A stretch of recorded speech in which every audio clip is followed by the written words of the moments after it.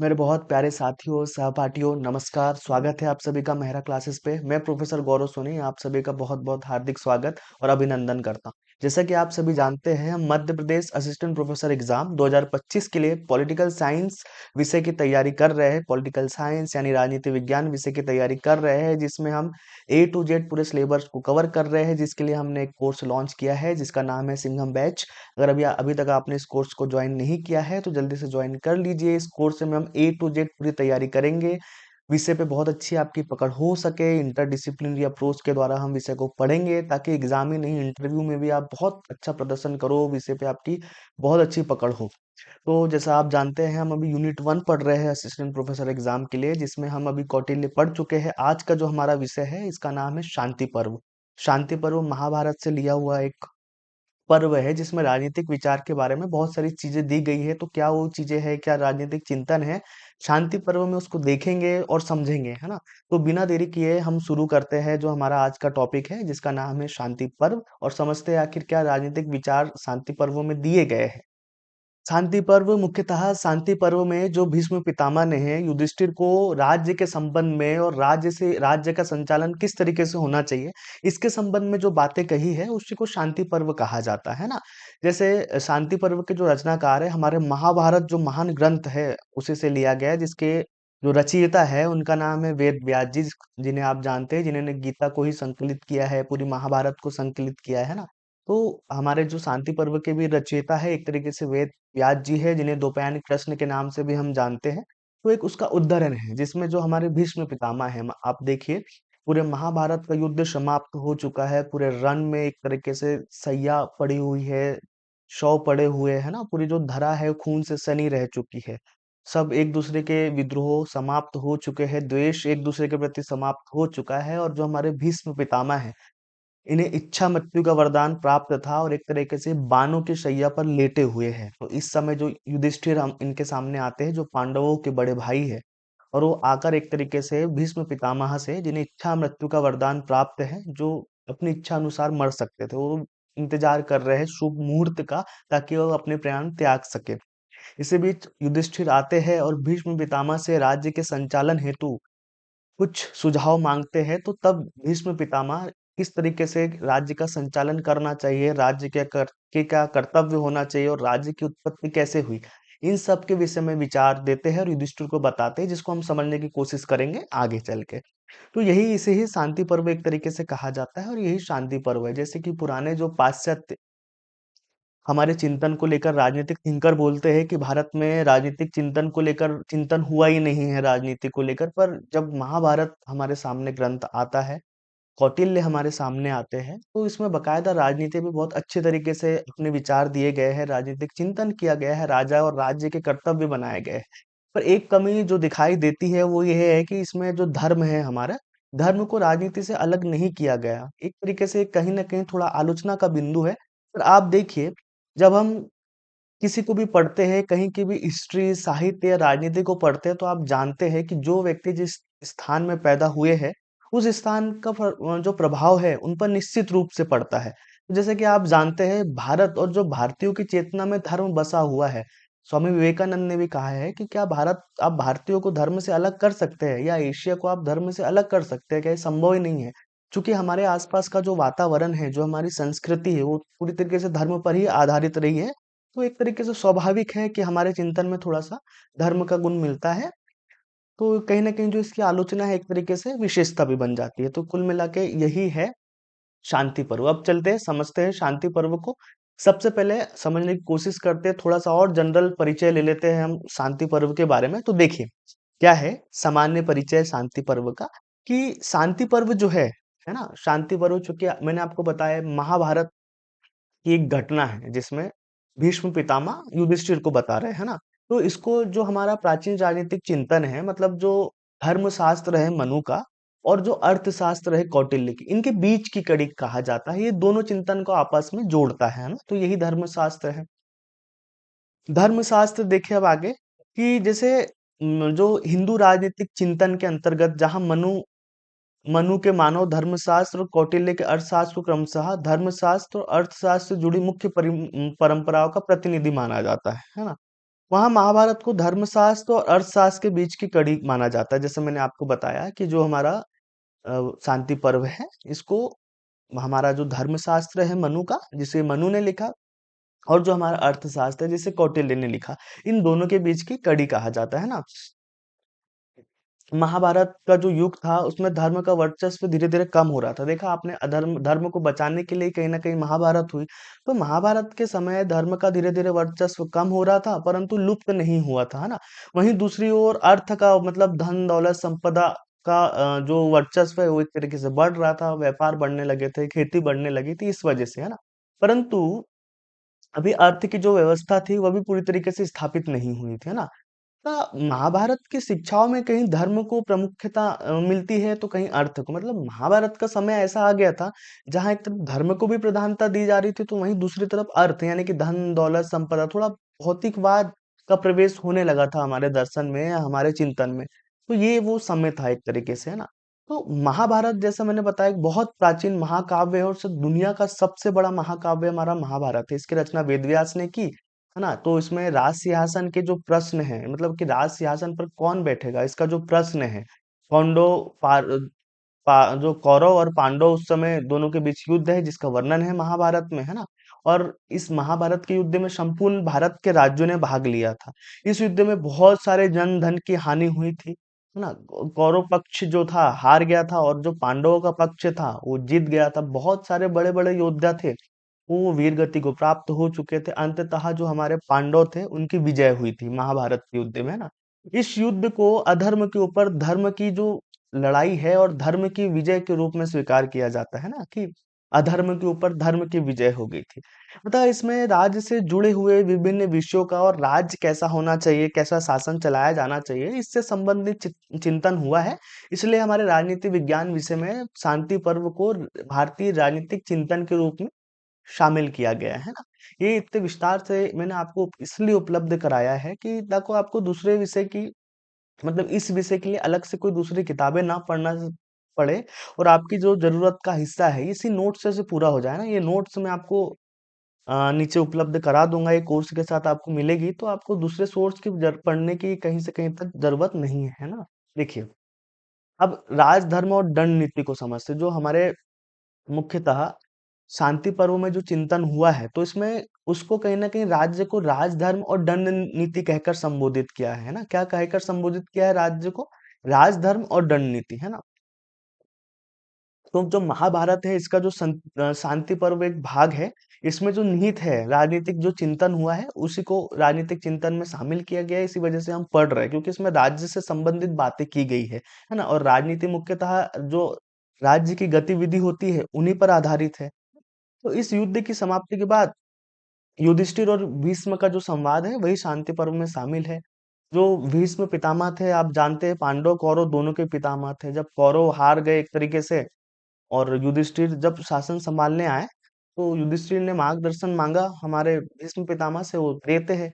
ये हमारे भारतीय राजनीतिक चिंतन की एक बहुत बड़ी अमूल्य धरोहर है। क्या है? अमूल्य धरोहर है। मतलब इससे कहीं ना कहीं दिखता है कि भारत में भी राजनीति को लेकर चिंतन हुआ है, राज्य को लेकर चिंतन हुआ है। तो ये बहुत बहुत महत्वपूर्ण है हमारी राजनीति के अध्ययन के लिए, इसलिए हम इसका अध्ययन इसमें अभी कर रहे हैं। शांति पर्व का अध्ययन हम कर रहे हैं। शांति पर्व, जो हमारा शांति पर्व है, शांति पर्व के अंतर्गत राज्य के स्वरूप और कार्यों को संकेत देने के लिए जो शांति पर्व है, इसमें राज्य का जो स्वरूप होता है, राज्य के जो कार्य होते हैं, है ना, उनको बताने के लिए, संकेत करने के लिए किन शब्दों का प्रयोग किया है? राजधर्म और दंड नीति। क्या कहा गया है? राज्य को और राज्य के कार्य को राजधर्म और दंड नीति शब्दावली का इन्हें प्रयोग किया है। आप जानते हैं महाभारत के समय हमारे यहाँ शासन की कौन सी पद्धति थी? तो राजतंत्र था ना, मोनार्की का ये समय काल था। यहाँ राजा जो था, राजा और शासक को ध्यान में रखकर ही सारी राजनीतिक गतिविधियां होती थी। मतलब सारी जो राजनीतिक गतिविधियां थी उसका केंद्र कौन होता था? राजा। राजा एक तरीके से बहुत शक्तिशाली हुआ करता था। और राजा ही संविधान हुआ करता था, सरकार हुआ करता था, सारी शक्तियां राजा के पास होती थी ना। तो यही मोनार्की या राजतंत्र का समय था। तो इसी वजह से जो हमारा शांति पर्व है, इसी का नाम रखा गया। क्या रखा गया? राजधर्मानुशासन। एक जो अध्याय है जिसमें बताया है कि राज्य क्या के राज्य और राजा के क्या कर्तव्य होने चाहिए। तो इसका पूरा का पूरा नाम रखा है राजधर्मानुशासन, है ना। इसमें राजा के कर्तव्यों के साथ साथ राजतंत्री कला, शासन और जो जनसाधारण होना चाहिए, मतलब कि राजा या राजतंत्र कैसा होना चाहिए, शासन कैसा करना चाहिए राजा ने, और जो जनसाधारण है, प्रजा के क्या कर्तव्य होना चाहिए, इस पर विस्तार से प्रकाश डाला है, जिसको हम आगे देखेंगे। अगर बड़े अर्थों में हम समझे तो राजधर्म में आप जो राजधर्म जो शब्दावली है, जो दंड नीति है, इसको एक तरीके से राजनीति का पर्याय मान सकते हैं। मतलब उसमें राजनीति को राजनीति ना कहकर शांति पर्व में क्या कहा है, तो उसको राजधर्म और दंड नीति कहा है ना। और दंड नीति में जो राजधर्म, मतलब जो राजा और प्रजा का जो धर्म है, इसको बहुत ऊंचा स्थान दिया, मतलब उससे बड़ा कुछ नहीं। कि राजा जो है अपनी प्रजा को किसकी तरह प्यार करेगा, पुत्र की तरह, और प्रजा जो है राजा से पिता की तरह कार्य करेगी, पिता की तरह प्यार करिए ना। तो दोनों के अपने अपने कर्तव्य है। मुख्यतः यहाँ कर्तव्य और नैतिकता ज्यादा हावी थी हमारे चिंतन में, है ना। और जो हमारा प्राचीन भारत का समय था, जैसा कि आप जानते हैं, है ना। ये इसमें मानव जो है, मानव के चार साध्य, चार पुरुषार्थ माने थे। मतलब कि जो हमारा मानव जीवन है, उनको चार भागों में बांटा था। वो कौन से भाग है, तो वो है अर्थ धर्म अर्थ काम और मोक्ष। मतलब जो पूरा जीवन था हमारे जो परंपरागत या प्राचीन भारतीय जो चिंतन है, उसमें चार भागों में इन्होंने बांट दिया है ना मानव जीवन को, जिनको चार पुरुषार्थ का नाम दिया है। वो चार पुरुषार्थ कौन से हैं, तो धर्म, मतलब जो शुरू के 25 वर्ष है, हमें धार्मिक कार्यों में ब्रह्मचर्य रहकर धर्म या शिक्षा लेनी है ना। दूसरा जो 25 से 50 वर्ष का समय आता है, वो अर्थ का समय होता है। मतलब कि हमें अर्थ अर्जित करना है, सब करना है ना। फिर इसी में एक काम भी हमारा समय आता है, एक तरह से संन्यास से मत जोड़िए। मतलब चार अर्थ है जीवन के, कि आपको पहले धर्म का पालन करना है, फिर अर्थ कमाना है, फिर मोक्ष मतलब थोड़ा सा काम में भी रहना है आपको। काम मतलब दुनियादारी की चीजें, है ना, शादी ब्याह गृहस्थी में रहना है। और अक्ष जो आखिरी समय होता है जीवन का, उसमें आपको मोक्ष या भगवान की प्राप्ति के लिए प्रयास करना है। तो ये होते हैं चार पुरुषार्थ की, जो मानव के चार जो कर्तव्य होना चाहिए। कि हम धर्म को लेकर चले, धन भी कमाए, है ना। काम जो जीवन की बाकी गतिविधियां है, जैसे बच्चे करना है ना, वंश बढ़ाना है, इसमें भी हम शामिल हो। और आखिरी में ईश्वर चिंतन में या मोक्ष को लेकर भी चले। तो मुख्यतः शांति पर्व में ये आशा की जाती थी भाई, कि राजा भी सच्चे मार्ग पर चले और प्रजा को भी सच्चे मार्ग पर चला, है ना। शांति पर्व में प्रभावशाली तरीके से बताया गया है कि राजा को संपूर्ण प्रजा को उसके निर्धारित कर्तव्यों में शामिल करना चाहिए, और जो धर्म के अनुसार कार्यों का आवंटन है, उनको पूरा करने का निर्देश देना चाहिए। मतलब शांति पर्व यही कहता है भैया, कि राजा को प्रयास करना चाहिए कि जो राजा के निर्धारित कर्तव्य है, राजा उनका पालन करे, है ना, नैतिकता को ध्यान में रखकर। ईश्वरी राजा था, तो राजा अपने कर्तव्यों का पालन करे। वहीं राजा को चाहिए कि वो प्रजा से अपने कर्तव्यों का पालन कराए, मतलब जो प्रजा है वो भी अपने कर्तव्यों का पालन करे। इसी तरीके से राज्य का संचालन बहुत अच्छे से हो सकता है ना। जैसे कौटिल्य ने राज्य के 7 सिद्धांत बताए, है ना, वैसे ही महाभारत में भी राज्य को आंगिक बताया। ये ध्यान रखिए, राज्य की प्रकृति कैसी है, तो जो प्रकृति है राज्य की, वो आंगिक है।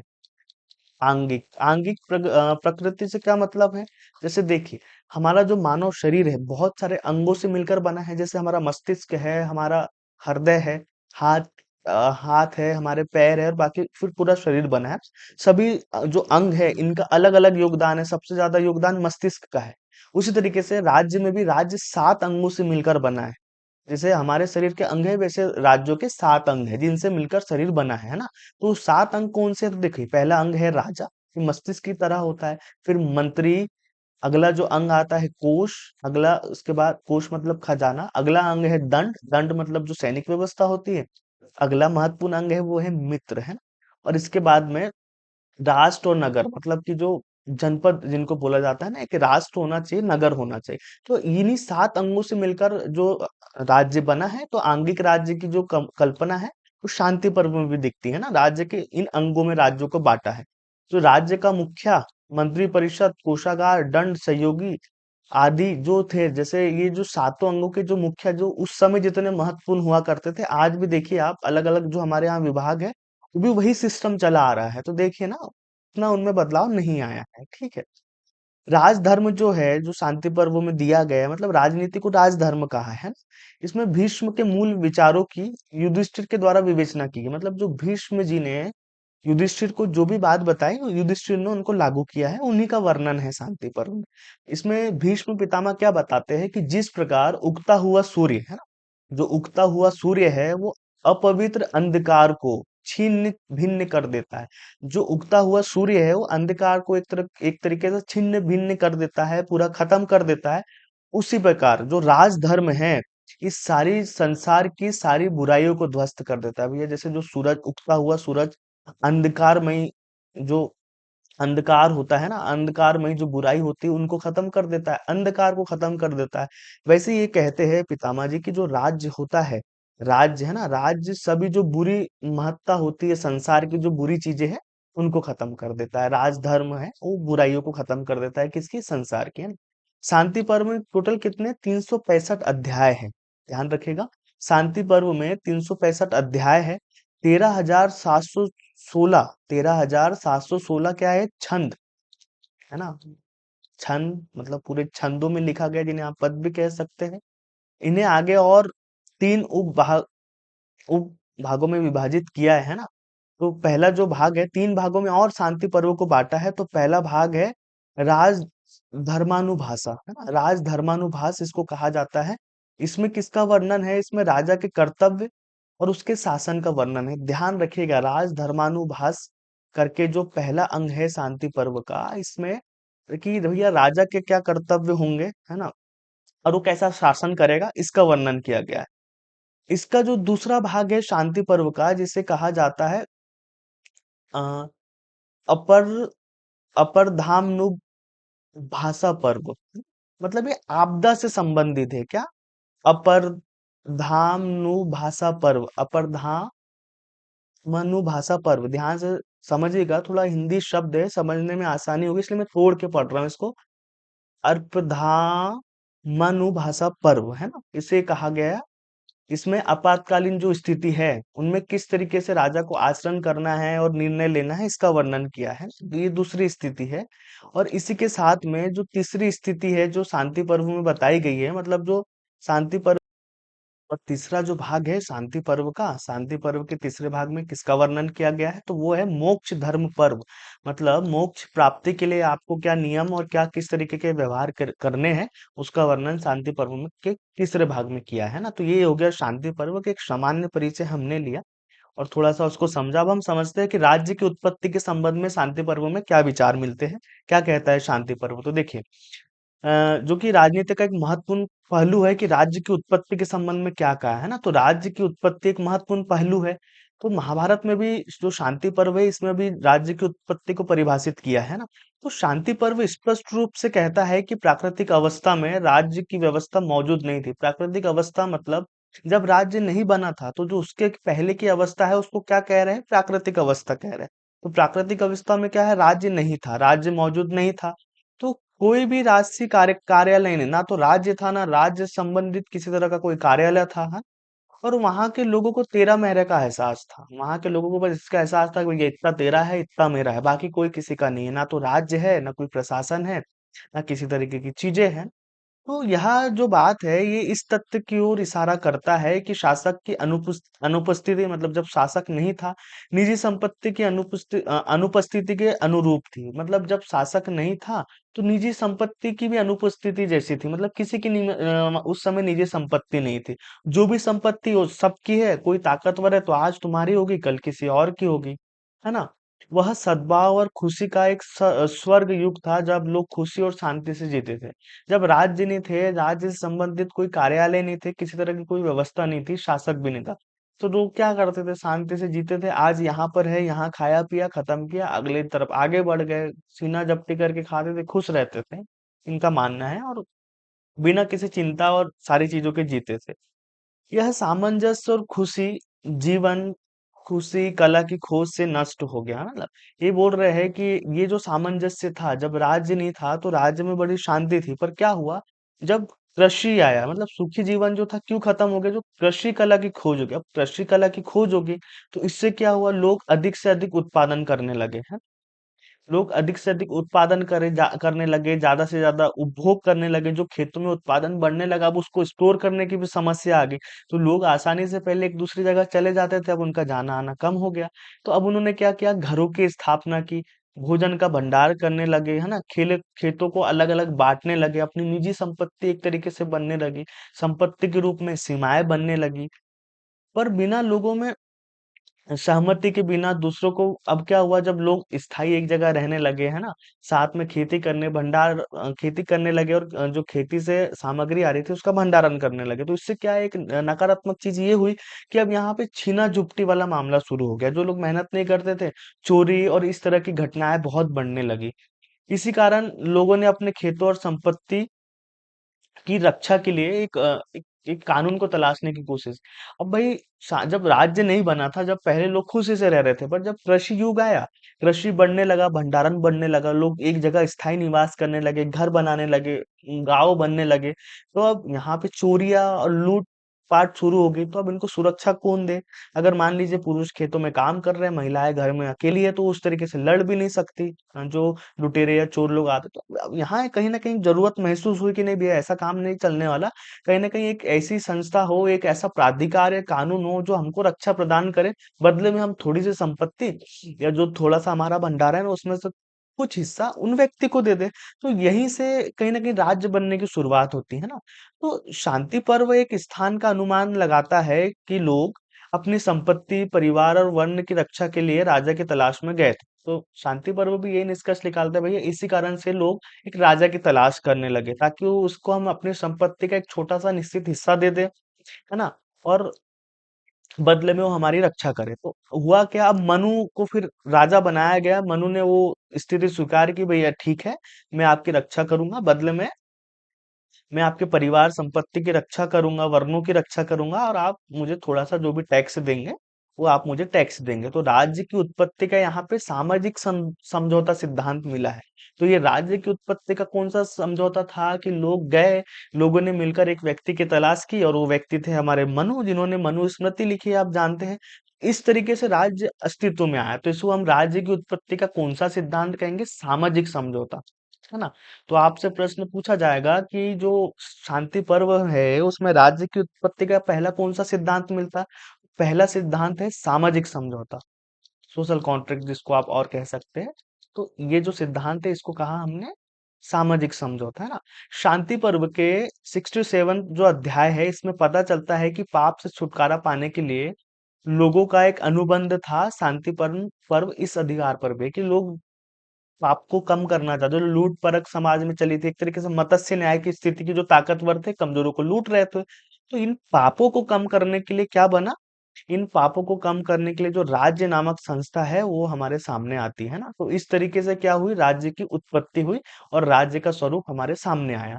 पाप से छुटकारा पाने के लिए लोगों ने मिलकर एक अनुबंध किया, मतलब कॉन्ट्रैक्ट था राज, है ना, समझौता। तो एक बिंदु हमको मिल गया कि जो शांति पर्व है इसमें राज्य की उत्पत्ति का आधार क्या बताया है, तो समझौता को बताया है।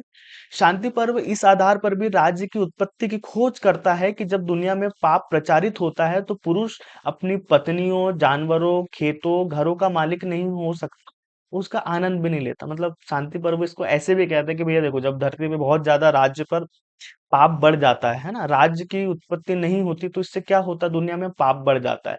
जो पुरुष है वो पत्नियों, जानवरों, खेतों और घर का मालिक नहीं रह जाता, क्योंकि पुरुष तो खेतों में काम कर रहे हैं, कोई दूसरे ताकतवर लोग आएंगे, लूट खटोस कर इनको ले जा लेंगे। यही संपत्ति हुआ करती थी। तो पुरुष जब, इसलिए राज्य नहीं रहेगा तो इनकी हानि हो जाएगी, तो इसलिए भी लोगों ने राज्य को बनाया। शांति पर्व में कहा गया है कि राजा की अनुपस्थिति में जो जातियां है, अगर राजा नहीं होगा तो राजा की अनुपस्थिति में जातियों का मिश्रण होता है। इसके अलावा शांति पर्व में यह भी कहा गया है कि धर्म का, अर्थ का, है ना, धन के अधिग्रहण और संरक्षण में राज्य सहायता करता है। और राज्य नहीं होने से अधर्म बढ़ता है, वर्णों में भ्रम उत्पन्न होता है ना, वर्णों में भ्रम पैदा होता है। इसलिए माना जा सकता है कि राजा का धर्म के संरक्षण का अभिप्राय परिवार, संपत्ति, जाति व्यवस्था पर आधारित सामाजिक व्यवस्था की रक्षा करने के अलावा और कुछ नहीं था। इसे ध्यान से ऐसे समझिए क्या हुआ था। पहले जो मानव के विकास के क्रम को जब हम समझते हैं तो आप जानते हैं पहले मानव जंगल में रहता था, है ना, आदि मानव था, एक तरीके से खाता था कंद फल मूल, उसके बाद मांस इत्यादि मानव ने जब खाए, उसके बाद में क्या हुआ, धीरे धीरे उनने परिवार बनाया, परिवार बनाना शुरू किया, है ना, मस्त मौला तरीके से रहता था। इसके बाद में कृषि युग आया। कृषि युग में मानव ने कृषि करना शुरू किया, और जब कृषि करना शुरू किया तो अनाज का पैदा होने लगा। अब मानो एक जगह स्थायी रूप से बस गया, जब स्थायी रूप से मानो बस गया तो गांव बनने लगे, गांव से कुल बने, फिर अलग अलग गांव बने जहां आपस में रिश्ते होने लगे, तो यहीं से कुल पैदा हुआ, है ना, अलग अलग संस्कृतियां पैदा होने लगी, स्थायी भंडारण करने लगे हम अनाज का, सब चीजों का। तो जब पुरुष खेतों में काम किया करते थे तो क्या होता था, कुछ लोग ऐसे भी थे जो काम नहीं करते थे, तो जब पुरुष लोगों का घर में जो उनके अनाज है उनका भंडारण हुआ करता, तो कुछ लोग आते थे, इन भंडारों को लूट लेते थे, महिलाओं को लिजा लेते थे, सीना जब्ती हो जाती थी। तो राज्य नहीं होने से देखो फिर मिश्रण हो जाता था, है ना, रेप जैसी चीजें होती थी, तो यहाँ से फिर जो बच्चे पैदा हो रहे हैं तो एक कहीं ना कहीं कुल भ्रष्ट हो रहा है, मिश्रण हो रहा है, कि न्याय मतलब कि मत्स्य न्याय की स्थिति है। तो इसलिए राज्य के होने से ये सब चीजें नहीं होती, अधर्म नहीं फैलता, परिवार की, संपत्ति की और महिलाओं की रक्षा होती है। तो शांति पर्व में का उद्देश्य ही सोशल कॉन्ट्रैक्ट का ये था कि एक ऐसा राजा हो जो हमको सुरक्षा प्रदान करे, है ना? हम राजा द्वारा प्राकृतिक अवस्था में धर्म को बनाए रखने की आवश्यकता है। वो बोलते हैं कि हमें राजा के द्वारा, हम प्राकृतिक अवस्था में रह रहे, तो राजा होगा तो धर्म को बना के रखेगा, परिवार, संपत्ति, परिवार और वन व्यवस्था की रक्षा के लिए मौजूदा मौजूदा परिस्थितियों को देख सकते हैं, इसके परिणाम स्वरूप राज्य का निर्माण हुआ। तो ये जब परिस्थिति थी, संपत्ति, वर्ण और परिवार की रक्षा के लिए एक तरीके से राज्य अस्तित्व में आया, आप ऐसा मान लीजिए ना। उपयुक्त दो बातों से, मतलब इन सब बातों से दो बातें हमारे सामने आती है जो अभी तक हम समझ रहे हैं राज्य की उत्पत्ति को, है ना। तो पहला है, शांति पर्व में हमें राज्य की उत्पत्ति या नातेदारी पाते हैं ना, और दूसरा, राज्य की उत्पत्ति के दो सिद्धांत हमको मिलते हैं। तो पहले दो बातें क्या समझी हमने, एक बात तो ये समझी कि शांति पर्व में हम राज्य की उत्पत्ति या नातेदारी पाते हैं ना। पहली बात तो ये हमको समझ में आई कि भैया शांति पर्व में राज्य के उत्पन्न होने का क्या कारण है, कि जब नातेदारी ये सब चीजें बढ़ गई तो उसके लिए राज्य बना। तो एक तो शांति पर्व में मुख्य बात हमको मिली राज्य की उत्पत्ति के संबंध में, और दूसरी जो मुख्य बात है, इसमें राज्य की उत्पत्ति के दो सिद्धांत दिए गए। तो पहला कौन सा सिद्धांत है, दैवी सिद्धांत, और दूसरा है सामाजिक अनुबंध सिद्धांत, जो अभी हम देख रहे हैं। दैवी उत्पत्ति का सिद्धांत क्या है, एक तरफ ये भी माना जाता है कि जब मनु जो है ना, जब मनु एक बड़ी सेना के साथ राजा बने तो वह विजय प्राप्ति के लिए निकल पड़े, और लोग इनसे डरने लगे और धर्म का पालन करने लगे। और मनु को राजा किसने बनाया, ईश्वर ने बनाया। दो धर्म की उत्पत्ति का जो सिद्धांत है उसमें मानना ये है कि जो भैया धर्म है, धर्म को किसी व्यक्ति विशेष ने नहीं बनाया। जब दुनिया में पाप बढ़ने लगा तो ईश्वर ने एक नियम कानून बनाया, मनुस्मृति, और वो किसको सौंप दी, मनु को। मनु धर्म विजय के लिए निकल पड़े, और जब निकल पड़े तो बहुत शक्तिशाली थे, लोग उनसे डरने लगे और उनकी आज्ञा का पालन करने लगे, मानने लगे कि मनु को राजा ईश्वर ने बनाया है, और जो भी उनके पास अधिकार है, सब चीजें हैं, वो किसने दी है, ईश्वर ने दी है। तो अब यहाँ आप ध्यान रखेंगे कि शांति पर्व में राज्य की उत्पत्ति के कितने सिद्धांत हो गए, दो सिद्धांत है ना। एक तो सामाजिक समझौता, और दूसरा दैवीय उत्पत्ति, की राज्य को मानव ने नहीं बनाया। दैवीय उत्पत्ति सिद्धांत कहते हैं कि राज्य की जो उत्पत्ति है वो किसकी वजह से हुई है, ईश्वर की वजह से या भगवान की वजह से। वहीं जो सामाजिक समझौता सिद्धांत है वो कहते हैं कि भैया हमारी जरूरत के लिए लोगों ने मिलकर राज्य को बनाया, समाज के बीच में समझौता हुआ है कि भैया राज्य से कहा, राजा से आप हमारी रक्षा करो, बदले में हम आपको कर देंगे, मतलब हमारी जो भी आय होती है उसका कुछ हिस्सा हम आपको देंगे। इस तरीके से राज्य की उत्पत्ति के दो जो महत्वपूर्ण सिद्धांत है वो हमारे सामने आए, है ना। इस सिद्धांत में तीन तत्व शामिल है, मतलब इन सिद्धांतों से तीन बातें पता चलती है कि लोग जंगल के कानून की तरह रहते थे, कि जो किसी को भी छीना झपटी कर रहा है, ताकतवर मदद से ना आए, ताकतवर कमजोर को परेशान कर रहा है। स्थिति को सुधारने के लिए, अब इस स्थिति से लोग बचना चाहते हैं, तो उन्होंने कहीं न कहीं राजा के पास गए और राज्य बनाने की मांग की, है ना? तो राजा जो था उसे प्रजा द्वारा चुना गया, और राजा और प्रजा के बीच में अनुबंध हुआ है ना? 3 बातें निकल कर आई, है ना? कि लोग, जंगल कानून हो गया था, मत्स्य न्याय, बड़े लोग जो थे ताकतवर कमजोर को परेशान करे। लोग स्थिति को सुधारना चाहते थे और मिलकर उन्होंने राजा से अनुबंध किया, और इस तरीके से राज्य का जो स्वरूप है, जो बड़ा स्वरूप है, हमारे सामने आया, और इस तरीके से राज्य बना। तो ये राज्य की उत्पत्ति को लेकर हम विचार पढ़ रहे हैं ना? समाज और राज्य ऐसी संस्थाएं हैं जो एक दूसरे से बहुत नजदीक से संबंधित है। शांति पर्व में ये भी माना जाता है कि भाई जो राज्य है और समाज है, तो समाज से ही मिलकर राज्य बना है, तो इन दोनों में बहुत पास का संबंध है। जो देवी उत्पत्ति का जो सिद्धांत है वो बताता है कि भैया ईश्वर की ईश्वर ने राज्य को बनाया है, तो देवी उत्पत्ति का सिद्धांत या अनुमान लगाता है कि राज्य ईश्वर की रचना है, मतलब राज्य को ईश्वर ने बनाया और जो राजा है ईश्वर के नाम पर शासन करता है। और इस सिद्धांत का जो वर्णन है हमको ऋग्वेद में मिलता है। आप जानते हैं हमारे 4 वेद हैं, ऋग्वेद, सामवेद, अथर्ववेद, है ना? ऋग्वेद, सामवेद, अथर्ववेद और एक और हमारा चौथा वेद है। इस तरीके से हमारे अ, 4 वेद है, यजुर्वेद, है ना? ऋग्वेद, सामवेद, यजुर्वेद और अथर्ववेद, ये 4 वेद हमारे हैं। तो इसमें ऋग्वेद में अनुमान लगाया गया है भैया कि ब्रह्मा ने क्षत्रियों की रक्षा, मतलब क्षत्रियों की रक्षा किसने की? ब्रह्मा ने क्षत्रियों की रचना की। और महाभारत में भी इसका कई बार उल्लेख हुआ है। जैसे आपने महाभारत में भी देखा, रामायण में भी देखा कि क्षत्रिय धर्म का पालन करने के लिए कि क्षत्रिय को किसने बनाया? ब्रह्मा ने बनाया। कृष्ण भी बार बार कहते कि पार्थ युद्ध लड़ो, क्षत्रिय का धर्म है लड़ना, है ना? तो महाभारत और इसमें मान्यता है कि भैया जो क्षत्रिय है उसको ब्रह्मा ने बनाया, है ना? ऋग्वेद और महाभारत में इसका वर्णन मिला है। तो यहीं से राज्य की जो उत्पत्ति का सिद्धांत है उसके बीज हमें शांति पर्व में दिखाई देते हैं, ठीक है? और भी एक दो कहानी, महाभारत चूंकि कहानियों से भरा पड़ा है आप जानते हैं, तो जैसे पृथु की कहानी है, इनके माध्यम से हमें ये पता चलता है कि भैया कि इसमें राज्य की उत्पत्ति के दैवी सिद्धांत की बात भी की गई है ना। अलौकिक है कि राज्य को किसी ने बताया नहीं, देवताओं द्वारा राज्य का अभिषेक किया गया, उनके शरीर में विष्णु ने प्रवेश किया और स्पष्ट रूप से देवी उत्पत्ति हुई राज्य की, मतलब कि भगवान आए, भगवान ने राजा का राज्य अभिषेक किया। ये बातें मैं पहले बता चुका हूँ। और ईश्वर किसका अंश है? राज्य के। तो यही बेसिकली जो राज्य की उत्पत्ति है इसका दैवीय सिद्धांत है ना। मत्स्य न्याय वही होता है कि बड़ी मछली छोटी मछली को खा जाती है, मतलब जो समाज में ताकतवर लोग होते हैं वो छोटे लोगों को परेशान कर देते हैं, उनकी संपत्ति छीन लेते हैं।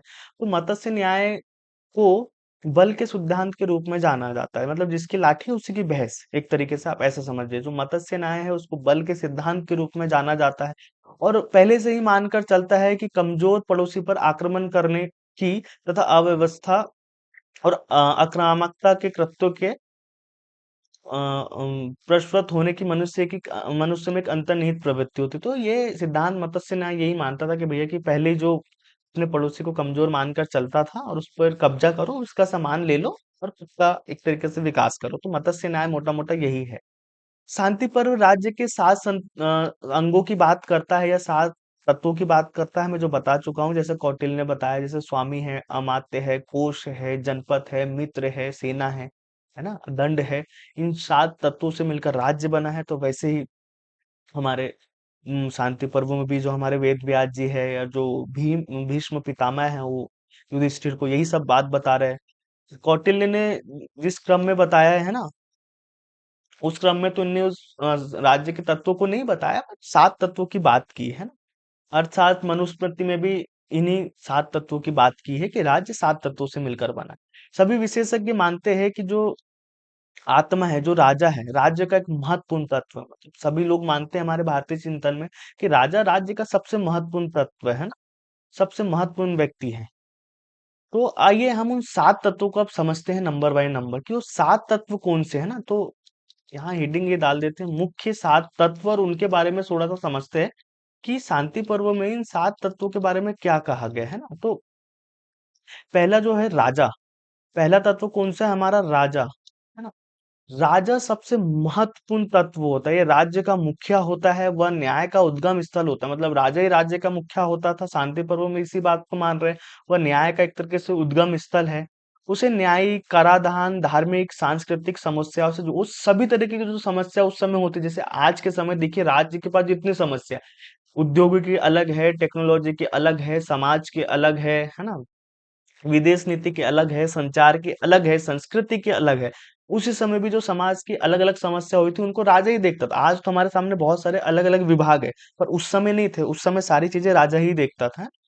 राजा को उन सब समस्याओं से जूझना पड़ता था। उसे वर्ण संगठन और आश्रम व्यवस्था की भी रक्षा करनी होती थी। राजा को एक तरीके से धर्म की भी रक्षा करनी होती थी। तो ये सब काम किसके होते थे? राजा के होते थे। इसलिए राजा का महत्वपूर्ण स्थान है राज्य के 7 अंगों में। दूसरा महत्वपूर्ण जो अंग है वो है मंत्री। मंत्री मतलब अमात्य। आप देखेंगे आज भी हमारे यहाँ अमात्य व्यवस्था पाई जाती है। ये दूसरा महत्वपूर्ण अधिकारी है, राज्य का दूसरा महत्वपूर्ण घटक है। शांति पर्व में एक सचिव राजा का सहायक होता है और अमात्य को निजी सचिव माना जाता है। तो उस समय भी अमात्य को निजी सचिव माना जा रहा था, राजा की सहायता करता था इस संचालन में। इस तरीके से ये मंत्री है जो महत्वपूर्ण है ना। अमात्य प्राचीन भारत में राज्य के गठन का महत्वपूर्ण तत्व है। जैसे आज भी आप देखें ना, मंत्रिमंडल होती है, वही सरकार चलाती है, तो शांति पर्व से इसके बीज मिले हुए हैं भैया। शांति पर्व जो है उसमें भी सचिव जो है ना, जो अमात्य, वो बहुत महत्वपूर्ण व्यक्ति हुआ करता था और राजा के सारे काम यही व्यक्ति किया करता था। तीसरा जो महत्वपूर्ण अंग है राज्य का, वह है राजकोष, है ना। राज्य का एक महत्वपूर्ण घटक है जिसको कहते हैं कोष, मतलब बिना धन संपदा के राज्य तो चल ही नहीं सकता। तो राजा और उसके खजाने के सहसंबंध पर जोर दिया जाता है, मतलब राजा के पास अगर खजाना अच्छा है, जब भी खजाना कम होता है तो राज्य का विनाश होने लगता है। तो कोष बहुत महत्वपूर्ण है, राजा को 7 अंक ध्यान में रखना चाहिए, उसमें से कोष एक बहुत महत्वपूर्ण अंग है ना।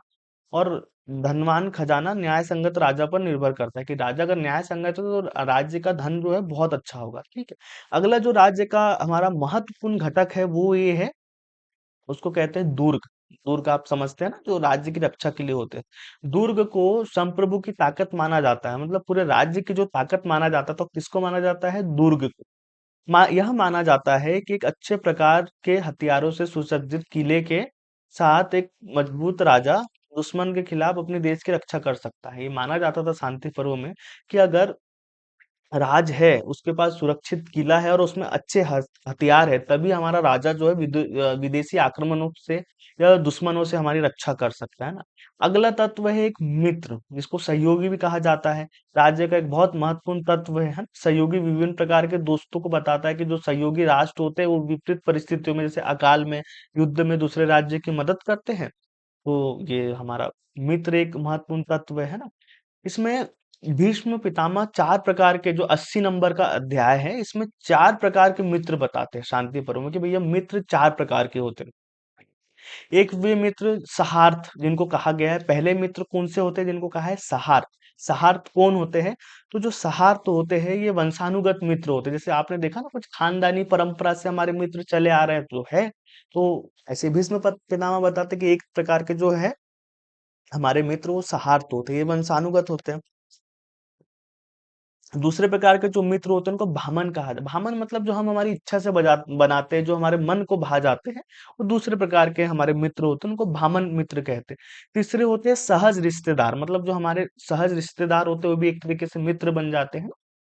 और चौथे होते हैं कृतिमा। कृतिमा मतलब ऐसे मित्र जो हम हमारी राज्य की जरूरत के हिसाब से जैसे कृत्रिम उपहार, धनराशि आदि देकर बनाते हैं। जैसे अगर आपने इतिहास पढ़ा होगा तो आप देखते हैं कि जब बड़े शक्तिशाली राजा होते थे तो हम खुद से उनको धन भिजवा दिया करते थे, दूसरे राजा, ताकि वो उनके राज्य पर आक्रमण ना करे, और जब उनके राज्य पे अगर कोई आक्रमण करे तो उनकी रक्षा करे। तो इसी तरीके से प्रतिमा मित्र जो हम खुद बनाते हैं हमारी रक्षा के लिए ना, वो प्रतिमा मित्र हो गए। तो शांति पर्व के 69 नंबर का जो अध्याय है, इसमें कहा गया है कि जब किसी राजा पर आक्रमण किया जाता है तो आक्रमणकारियों के बचाव के लिए उसे ध्यान रखना चाहिए, है ना। इसमें बहुत महत्वपूर्ण बातें कहते हैं हमारे भीष्म पितामह, कि राज्य की रक्षा के लिए राजा को ये ध्यान रखना चाहिए कि जब राज्य पे आक्रमण हो भैया, तो ध्यान रहे कि जो आक्रमणकारी से हम बच सके, तो जो नदी पे पुल बनाए गए हैं उन पुलों को नष्ट कर दिया जाए, है ना। और तालाब से पानी ना निकलने दिया जाए, मतलब तालाब में पानी रहे ताकि कोई हम पे सीधा आक्रमण ना कर सके। और जो नदियों पे पुल बने हैं उनको भी नष्ट कर दिया जाए, ताकि आसानी से वो राज्य पर आक्रमण ना कर सके। ये बात कहते हैं हमारे भीष्म पितामह। आगे जो है राजा ही वास्तविक कार्यपालिका था, मतलब सारे जो शासन के कार्य देखता था और उनको जो लागू करवाना होता था, जो एग्जीक्यूटिव होता है ना, वो सारे काम राजा ही करता था। और सभी कार्य जो उसको करने हैं उसका निर्धारण और जो स्थायी जो कामों को करा जाता था वो धर्म के द्वारा स्थापित किया जाता था, मतलब धर्म के हिसाब से राजा इन सारे कार्यों को करता था। राजा को नियुक्ति, है ना, बर्खास्त की, दोनों का अधिकार प्राप्त था, मतलब नियुक्ति भी राजा करता था और किसी को बर्खास्त करना हो तो वो काम भी राजा ही करता था। ये दोनों काम राजा के द्वारा किया जाता था। इसके साथ साथ मंत्रियों की नियुक्ति का सुझाव भी राजा देता था, है ना। प्रत्येक के लंबे प्रशासनिक अनुभव और आचार संहिता को ध्यान में रखकर, तो जैसा आज देखिए आप प्रधानमंत्री और मुख्यमंत्री जो नियुक्ति करते हैं मंत्रिमंडल की, सेम बातें आपको दिख रही है, तो देखिए उस समय की बीज और व्यवस्था आज तक चली आ रही है। इसके अलावा राजा अंतरराष्ट्रीय संबंधों में गुप्तचर और राजदूतों की नियुक्ति करता था, ये राजा का कर्तव्य था। देखिए आप, सेम चीजें मिल रही, यही तो हम पढ़ रहे हैं कि पहले क्या हमने चिंतन देखा, तो देखिए आप, हमें दिखाई दे रहा है स्पष्ट रूप से। राजा राजों की नियुक्ति करता है, आज कौन करता है? राष्ट्रपति करता है। राष्ट्रपति भी एक तरीके से राज्य का प्रमुख है ना। तो ये बीज वहां से चले आ रहे हैं। राजा को कुछ वित्तीय कर्तव्यों का पालन करना होता था ना, जो उसे प्रजा को सुरक्षा के बदले छठवां हिस्सा कर, है ना, राजा के वित्तीय कर्तव्य थे। मतलब राजा क्या करता था, प्रजा को सुरक्षा देता था, राज्य के जन कल्याण के कार्य करता था, तो बदले में वो छठवां हिस्सा कर के रूप में वसूलता था, है ना। सुरक्षा और सबके बिना सुरक्षा और रक्षा के लिए क्या कर लेता था राजा, तो जो छठवां हिस्सा है आय का, वो लेता था कर के रूप में, और लेना चाहिए, ये भीष्म पितामह कहते हैं ना, क्योंकि राज्य को भी पैसे की जरूरत पड़ती है, सेना होती है, सब चीजें होती है, जो इतने सब प्रशासनिक कार्यों पे लोग होते हैं, उनको वेतन वगैरह के लिए। इस आधार पर राजा को प्रजा का सेवक माना जाता था ना, जैसे हमारी भारतीय अवधारणा है, इसमें जो राजा है उसको सेवक माना जाता था, जैसे हमारे प्रधानमंत्री भी कहते हैं कि मैं सेवादार, चौकीदार, ये सब वहीं से चला आ रहा है, ठीक है।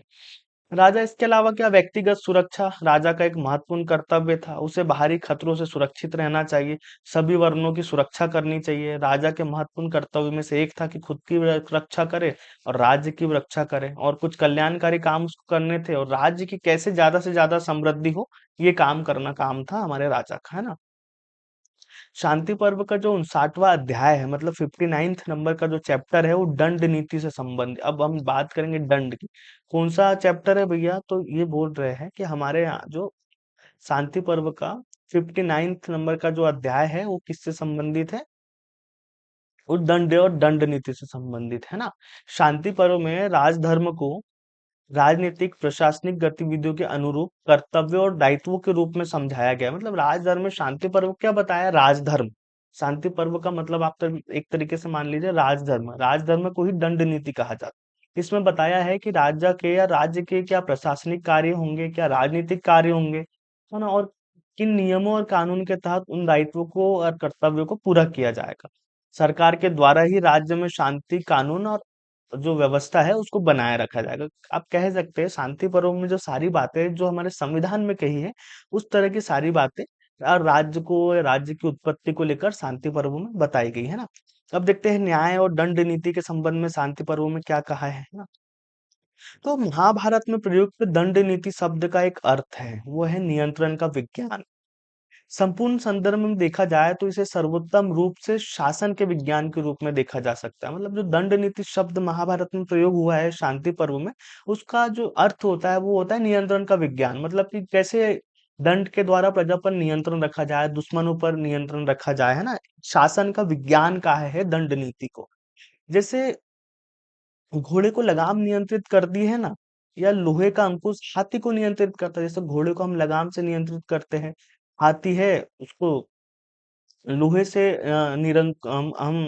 हाथी को लोहे से अंकुश लगाते हैं हाथी पर, है ना? उसी प्रकार इस संसार को, इसमें जो अराजकता है, इनको हमें अगर नियंत्रित करना है तो हमें किसका सहारा लेना पड़ता है, दंड नीति का सहारा लेना पड़ता है, ठीक है।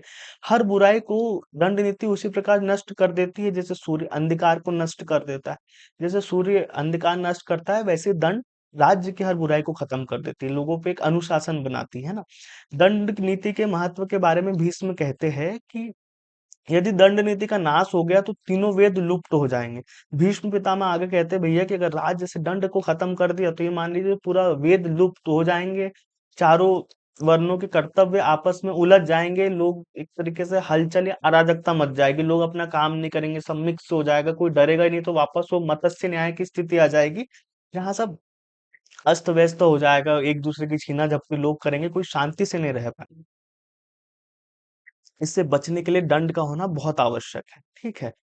दंड लोगों की रक्षा करता है, उनको जगाता हुआ है जो सोए हुए हैं, इसलिए दंड को धर्म के समान कहा गया। मतलब दंड को इतना महत्व दिया है ना, उसको एक धर्म के समान कहा गया है। दंड के भय से पापी पाप में लिप्त नहीं होते और दूसरों को नहीं मारते। आप देखिए महाभारत में दंड दिया जाता था जो भी गलत करते थे। शिशुपाल की लगभग 100 गलतियां माफ की भगवान कृष्ण ने, फिर आखिरकार उसको दंड दिया। तो समाज में एक व्यवस्था बनाने के लिए, सब चीजों के लिए दंड का बहुत महत्व है।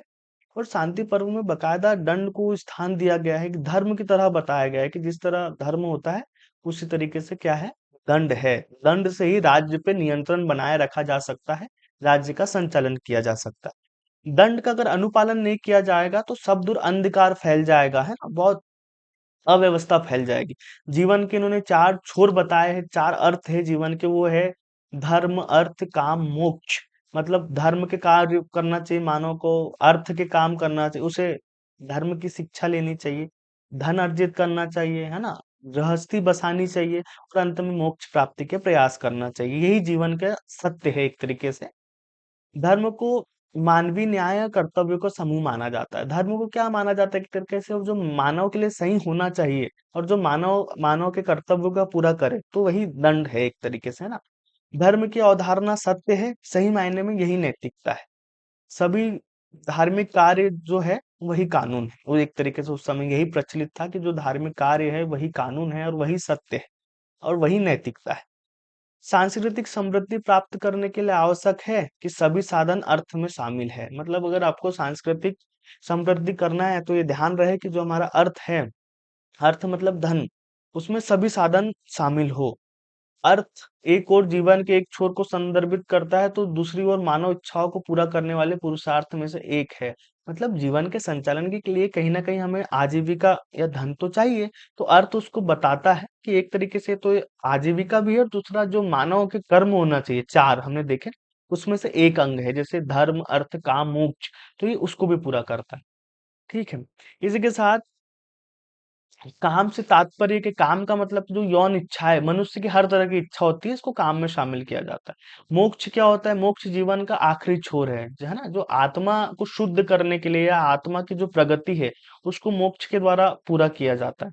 अर्थ क्या है? जैसे कि जो मानव इच्छा है ना, मतलब अर्थ जीवन का एक छोर है, जो हम जो भी आर्थिक गतिविधि करते हैं, इसको अर्थ कहते हैं। यही चारों हमारे छोर हो गए जीवन के। भीष्म न्याय और दंड नीति के लिए राजा के कार्यालय के मौलिक महत्व की व्याख्या करते हैं। भीष्म के अनुसार कानून के अनुसार चलने पर प्रजा खुशहाली से रह सकती है। मतलब भीष्म ये कहते हैं केवल प्रजा को ही नियम कानून से नहीं चलना है, बल्कि राजा के भी कुछ कर्तव्य है और राजा को उसी के अनुसार अपने जीवन का निर्वाह करना है, तभी प्रजा खुशहाल रह सकती है। उन्होंने कानून के चार स्रोतों का वर्णन किया है। भीष्म पितामह ने बताया कि कानून चार तरीके से स्रोत या हमारे सामने आते हैं, या सोर्स जो है कानून के चार है। कौन से चार सोर्स है? तो देखिए, एक है देव सम्मत, जो ईश्वरीय कानून है।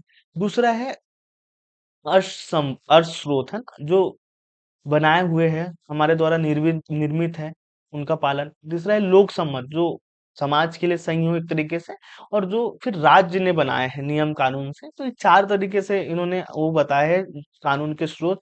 देव सम्मत मतलब जो ईश्वरीय बने हुए, अ, अर्थ स्रोत मतलब जो पहले से चले आ रहे हैं परंपरा, इन सब से। तीसरा है लोक सम्मत, जो लोगों में हिसाब से फिट हो चुके हैं वो। और संस्था संबंध मतलब जो राज्य या इनके द्वारा बनाया गया, इस तरीके से आप मान लीजिए। तो चार सोर्स है कानून के। आपातकाल में सामान्य नियमों को निलंबित कर देना चाहिए। देखो जैसे आज हमारे यहाँ इमरजेंसी का प्रावधान है ना, उस समय भी इमरजेंसी थी भैया, जिसमें ये कहते हैं भीष्म पितामह की जो आपातकाल है, इसमें सामान्य नियम को नहीं मानना चाहिए, आपातकाल के अलग नियम होना चाहिए, है ना। और आपातकाल में प्रजा को अपनी खुद के पैसों से राज्य की सहायता करना चाहिए, या राजा को अपने खजाने से लोगों के लिए खर्च करना चाहिए। इस तरह की बात कहते हैं हमारे भीष्म पितामह जी। यदि सरकार को संकट का सामना करना पड़ता है या युद्ध की स्थिति के दौरान, वित्तीय उपाय को अपनाना सही है। मतलब जब अगर युद्ध की स्थिति हो तो वित्तीय उपाय को अपनाना चाहिए। राजा कर बढ़ा सकता है या सब चीजें कर सकता है, जो आज भी देखी जाती है। वही बात मुख्यतः शांति पर्व में भी कही जा रही है।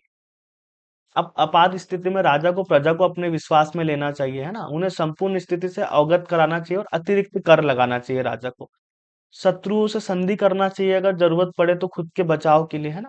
जो खजाना है सेना और सरकार की जड़ है। राजा को सरकार के कल्याण में समुदाय के नियम के हित के लिए शांति पर्व बहुत तर्क, मतलब ये मानते हैं कि अगर आपातकाल की स्थिति आ जाए तो राजा कर लगाए, प्रजा को अपने भरोसे में ले और उसे यथास्थिति बताए, है ना। और जरूरत पड़े तो अतिरिक्त कर लगाए, या अगर शत्रुओं से समझौता भी करना पड़े तो वो भी कर ले, किसी भी तरीके से राज्य की रक्षा करे। ठीक है।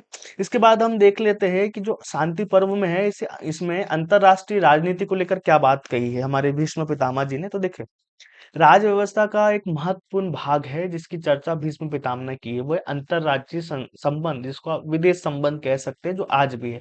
राजा को सीधे तौर पर, है ना, साथ ही चालाक और कूटनीतिक तरीके से शत्रुओं को तोड़ देना चाहिए, शत्रुओं की कतारों को तोड़ देना चाहिए। जैसे आज जो डिप्लोमेसी होती है ना, हमें किसी भी तरीके से शत्रु को कमजोर रखना है और अपने देश पर हावी नहीं होने देना है। उसी तरीके से उस समय भीष्म पितामह कह रहे हैं कि जो राजा है ना, उसको सीधे तौर से चालाकी और कूटनीति का सहारा लेना चाहिए और शत्रुओं की कतारों को तोड़ देना चाहिए। शक्तिशाली राजा को भी कमजोर शक्ति की उपेक्षा नहीं करनी चाहिए, चाहे हम कितने ही शक्तिशाली क्यों ना हो। हमको कमजोर शत्रु की उपेक्षा नहीं करनी चाहिए। भले ही शत्रु एकमात्र घोड़े पर सवार होकर किले में शरण लेता हो, भले ही एक शत्रु भी क्यों ना हो, अगर वो घोड़े पर सवार होकर हम राजा के किले में आ रहा हो, तो इसके बावजूद वह एक समृद्ध राजा को परेशान कर सकता है ना, क्योंकि छोटी सी चिंगारी भी जैसे ज्वाला बन सकती है ना, और थोड़ा सा भी जो विष है वो मृत्यु का कारण बन सकता है। तो कमजोर से कमजोर भी अगर शत्रु हो तो राजा को उसको नजरअंदाज नहीं करना चाहिए, ये कहते हैं हमारे भीष्म पितामह जी। आगे कहते हैं, शत्रु से संधि करने के बाद भी उस पर विश्वास नहीं करना चाहिए। शांति पर्व के 95 अध्याय में बताया गया है कि स्वयंभू मनु ने धर्म विजय की परंपरा को शामिल किया था। एक तो दुश्मनों की अनदेखी नहीं करना चाहिए, फिर आगे वो कहते हैं कि जो स्वयंभू मनु है, मनु ने पूरे साम्राज्य को जीता था और उन्होंने ही धर्म विजय की परंपरा को शुरू किया था, है ना? यदि कोई राजा अधर्म का सहारा लेकर विजय प्राप्त करता है, तो अपने अंतिम विनाश के लिए जमीन तैयार करता है। मतलब अगर कोई राजा अधर्म का सहारा लेता है भैया, तो उसका खुद का विनाश हो जाता है। सदाचारी जो लोग होते हैं धर्म का चुनाव करते हैं, और जो दुष्ट होते हैं, दुश्मन होते हैं, उनको पराजित करते हैं। यही कहने का मतलब है कि भैया धर्म की राह पर चलो, तो ही आपकी सदगति हो सकती है। अंतरराष्ट्रीय संबंध में जासूसी और राजदूत प्रणाली अति आवश्यक है। भीष्म पितामह इस पे भी जोर दे रहे हैं कि भैया राजदूत भी हो, है ना, और जासूसी की व्यवस्था हो। महाभारत के शांति पर्व में हम भारतीय आत्मा और संस्कृति को देखते हैं। आपने देखा ना, जो हमारा भारत में जो संस्कृति और कल्चर थे, उसके मुख्य बीज पूरे शांति पर्व में दिखाई देते हैं। विभिन्न राजनीतिक विचारों पर इस महाकाव्य में व्यापक तौर पर चर्चा की गई। बहुत विस्तार से आप देख रहे हैं कि इसमें चर्चा की है कि किस तरीके से राज्य होना चाहिए, राज्य के कर्तव्य होना चाहिए। शांति पर्व में राजाओं, नागरिकों, मंत्रियों, उनके कर्तव्य, उनके अधिकार, विदेश नीति, विदेशी रक्षा, राजदूत, न्याय आदि सब विषय पे बहुत विस्तार से चर्चा कर रहे हैं, जिसको हमने मुख्यतः देखा, है ना? विदेश नीति, राज्य की उत्पत्ति, अंतरराष्ट्रीय संबंधों की व्यापकता से चर्चा की गई है। अंत में हम ऐसा कह सकते हैं कि महाभारत में शांति पर्व का न केवल हमारे लिए, बल्कि पूरी मानवता के इतिहास, धर्म, कूटनीति, राजनीति, दर्शन और विचार का एक खजाना मान सकते हैं। शांति पर्व में जो भी राज्य या राज्य की उत्पत्ति को लेकर जो भी बात कही गई है, ये केवल हमारे लिए महत्वपूर्ण नहीं है, बल्कि पूरे मानव समाज के लिए बहुत महत्वपूर्ण है। और राजनीतिक दर्शन में भारत का जो चिंतन है, जो हम पे आरोप लगाए जाते हैं कि भारत में स्वतंत्र चिंतन नहीं हुआ राजनीति को लेकर, कहीं न कहीं ये जो शांति पर्व है, ये इसका खंडन करते ही करते हैं, क्योंकि कोई भी विचार या कोई भी थॉट या किसी भी देश के जो लोग हैं, वो उसकी पृष्ठभूमि से अलग नहीं हो सकते। और आप जानते हैं कि भारत और हम भारतीयों की आत्मा ही धर्म प्रधान है। भैया जब हमारी आत्मा ही धर्म प्रधान है, तो हमको धर्म से अलग करके कैसे देखा जाना चाहिए? विवेकानंद ने खुद कहा है, भैया भारतीय को समझना है तो भारतीयों से धर्म को अलग मत करिए, है ना? धर्म को सहारा लेकर ही हमें समझिए। इसके बाद अगर देखें तो जो कौटिल्य का अर्थशास्त्र है, वो तो बहुत ज्यादा बिल्कुल यथार्थवाद पे आधारित है। तो हर तरह के बीज हमको दिखाई देते हैं हमारे भारत में। तो ये था भैया शांति पर्व, जिसमें हमने बहुत विस्तार से सारी चीजों की चर्चा की है कि आखिरकार शांति पर्व में राज्य की उत्पत्ति को लेकर या राजनीतिक जो भारतीय चिंतन है, उसके क्या मूल रूप या स्वरूप हमें दिखाई देते हैं। इसी के साथ शांति पर्व का हमारा ये चैप्टर यहीं समाप्त होता है। अगले वीडियो में हम पढ़ेंगे हमारे जो अगले विचारक है, जिनका नाम है महर्षि अरविंदो, महात्मा गांधी, इसके बाद में वीर सावरकर जी, अंबेडकर जी, इसके बाद में जय जेपी को हम पढ़ेंगे, है ना? जेपी को हम आगे पढ़ेंगे। अगर आपको अच्छी लगी हो क्लास, तो कोर्स को आप बिल्कुल कोर्स ज्वाइन कर सकते हैं, हमारे सिंघम बैच को हमारे साथ तैयारी कर सकते हैं, साथ ही विषय पे अच्छी पकड़ बना सकते हैं। आप सजेस्ट करिएगा अपने मित्रों और सब लोगों को, है ना, कि आए ज्यादा से ज्यादा मात्रा में हमारे इस बैच को ज्वाइन करें, और हम अच्छे से तैयारी करेंगे। तो इसी के साथ मिलते हैं आपसे अगली क्लास में। जब तक के लिए अपना ध्यान रखिएगा। नमस्कार। जय हिंद।